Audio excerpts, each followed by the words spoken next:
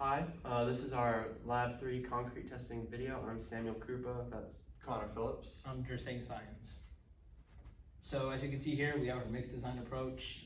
We did our concrete mixing with 9.9 pounds of water, 22 pounds of cement, 68.5 pounds of wet coarse aggregate, and 47 pounds of wet fine aggregate.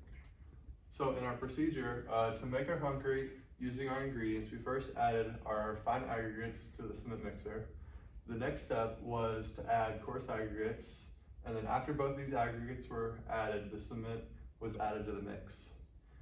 This was then mixed mechanically by the mixing bucket, and as the contents were stirred around, we slowly added water to form the wet concrete.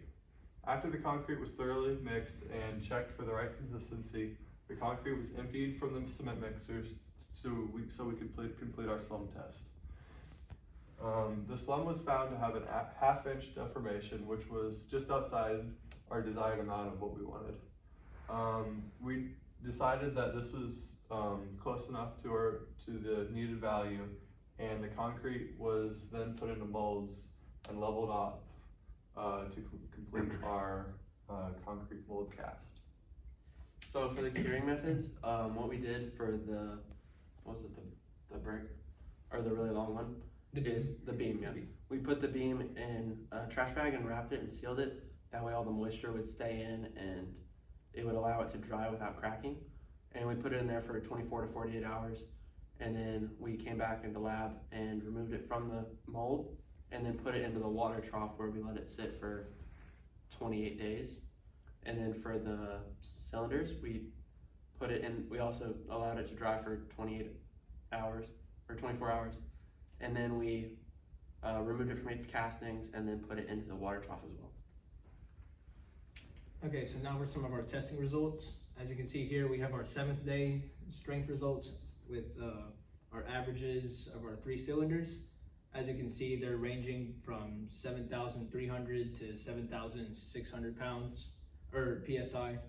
And as you can see here, our average PSI was 7,486. So for our 28-day strengths, as you can see, our numbers are vastly different between 1 and 2 and 3. So cylinder 1 is what our strength is supposed to be after proper hardening for 28 days. But due to some testing mishaps, we had 2 and 3 yield a lower amount than we desired. So as you can see, yeah. Our average was only 6,000 PSI when really it should have been closer to 8,000 PSI. And for our beam calculations, as you can see from our previous slide, we have our 6,020 PSI value. And from that, we were able to calculate our FR value, which was 582 PSI, our PU value, which was almost 7,000 pounds, and our initial load, which was 314.24 pounds.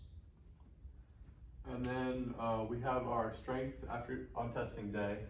It turns out what we found in our testing day strength is that it was more than what we calculated of the expected strength that we thought it was going to be. This is as the expected strength was 7,385 PSI, while on testing day we found the strength of concrete to be 7,486.3 PSI. So for the strength on day 28, we found that the average testing strength for the cylinders was 6,020, like Gersain said. And we believe that this number is lower because on the first testing, we did all of the best cylinders, which left us some mediocre cylinders for the final testing day. So something we would change is do like one good one, one medium one, one bad one. Just that way you could have a more appropriate average. Also something we could do better is tamp a little bit better. There was a lot of holes along the edges. The inside seemed to be fine, but on the outside there was a lot of gaps that were visible. Yeah.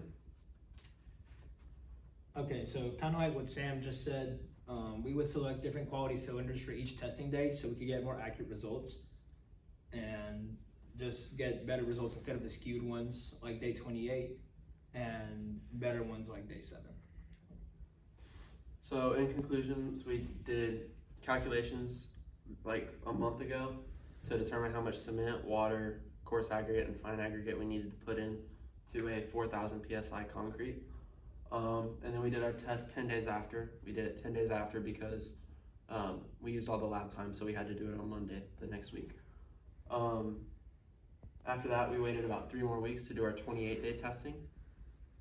We found that the difference was about 1,000 psi. There was an error, like I said, because we used cruddier ones on the 28 day versus the I'm saying a lot versus the 7-day test.